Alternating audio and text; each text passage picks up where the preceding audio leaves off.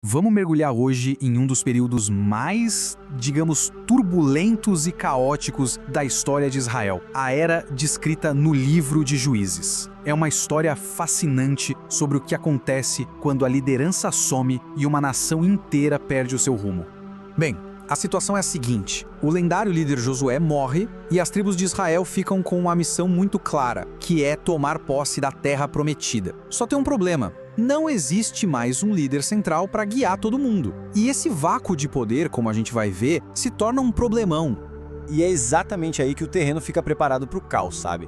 Porque a conquista que vem a seguir é perigosamente incompleta. Ela é cheia de meias vitórias, de acordos, de compromissos que vão ter consequências bem duradouras. Logo de cara, a gente percebe um padrão muito claro de vitórias parciais e concessões. Em vez de uma conquista unificada, cada tribo meio que age por conta própria e os resultados variam bastante. Isso acaba deixando vários focos de influência cananeia espalhados pela terra, o que na prática planta sementes para muito conflito no futuro. E aqui está o ponto de virada crucial. A memória coletiva do passado, sabe, dos grandes feitos, dos livramentos, ela simplesmente se apaga. E essa, digamos, amnésia espiritual dá início a um padrão totalmente novo e muito, muito perigoso. Para entender o livro de Juízes, a gente precisa entender que ele é todo construído em volta de um ciclo vicioso de 4 estágios, que definem essa era e explica essa espiral descendente de Israel.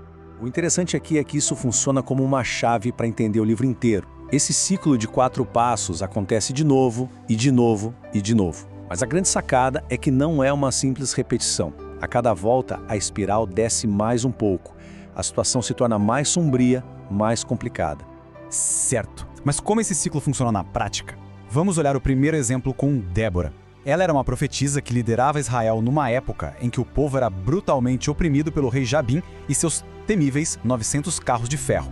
Débora, então, convoca um general chamado Baraque para liderar o exército. Mas a fé dele, dá uma vacilada. Ele diz que só vai para a batalha se ela for junto. Ela concorda, mas já avisa, já profetiza que por causa dessa hesitação, a glória da vitória não seria dele, seria de uma mulher. E aqui a gente vê a profecia se cumprindo de um jeito impressionante. O general inimigo, Sísara, consegue fugir da batalha, mas ele não é derrotado no campo por Baraque. Ele é morto por uma mulher, Jael, que o atrai para sua tenda e o mata com uma estaca. Depois de um tempo de paz, adivinha, o ciclo recomeça. Dessa vez, a opressão vem dos midianitas. Eles invadem a terra em um número absurdo, como gafanhotos, roubando as colheitas e deixando o povo na miséria. E no meio dessa crise toda, Deus convoca Gideão, um homem que está literalmente se escondendo do inimigo. Ele vem do clã mais fraco e se considera o menor de sua família. Ou seja, ele é o oposto de um guerreiro confiante, cheio de dúvidas, cheio de inseguranças. Mesmo relutante, Gideão consegue reunir um exército impressionante, 32 mil homens. Mas, para surpresa dele, Deus fala que é gente demais. A vitória não deveria vir da força do número, para que depois ninguém pudesse dizer que venceu por mérito próprio. Então vem a primeira peneira. Quem tiver medo pode ir para casa. E olha, 22 mil homens vão embora. Sobram 10 mil. Mesmo assim, Deus insiste que ainda são muitos soldados, o que aumenta ainda mais a tensão e a improbabilidade da missão.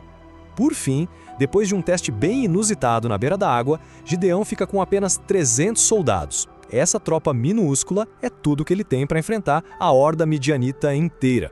Fica bem claro que qualquer vitória a partir daqui seria um milagre. E o plano de batalha reflete exatamente essa dependência.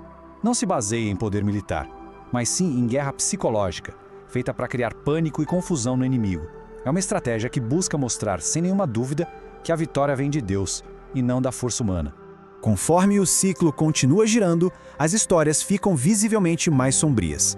Os heróis ficam mais falhos, a linha entre quem é o libertador e quem é o opressor começa a ficar meio borrada. E isso nos leva direto para a história de Jefté. Jefté era um pária, um filho indesejado expulso pela própria família. Ele só é chamado de volta do exílio porque o povo, em total desespero, precisa da sua habilidade militar para sobreviver. Ele é um herói por necessidade, não por aclamação. E aqui a gente vê a tragédia. A vitória de Jefté, que deveria ser um momento de libertação, de alívio para o povo, se transforma num horror pessoal indescritível. Isso mostra o quanto o conceito de liderança e de devoção já estava distorcido e sombrio.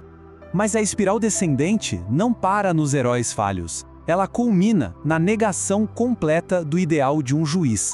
Chegamos numa figura que não liberta, mas tiraniza. Abimeleque, que era filho de Gideão. Em vez de salvar Israel, Abimeleque destrói por dentro. Ele não espera ser chamado por Deus, ele toma o poder pela força. Ele conspira com a família, usa dinheiro de um templo pagão para contratar mercenários e, o pior de tudo, ele assassina 70 dos seus próprios irmãos, numa demonstração de crueldade que antecipa o pior de uma monarquia corrupta. O único irmão que sobrevive, Jotão, conta uma parábola poderosa para condenar essa escolha do povo. Na história, as árvores valiosas, as que produzem algo bom, recusam a realeza. Mas o espinheiro, que é inútil e perigoso, esse aí aceita a coroa na hora. É um símbolo perfeito da péssima escolha que eles fizeram. E o reinado dele é, bem, exatamente o que a parábola previu. Um desastre completo. Termina em traição, em guerra civil, em derramamento de sangue, cumprindo o aviso e mostrando o resultado catastrófico de escolher um líder com base na ambição e não no caráter. O livro de Juízes, no fim, não conta só histórias de batalhas antigas. Ele explora o que acontece com uma sociedade que perde seu centro moral, quando a verdade se torna relativa. E nos deixa com essa pergunta que ecoa através dos tempos e que é tão relevante hoje quanto era naquela época.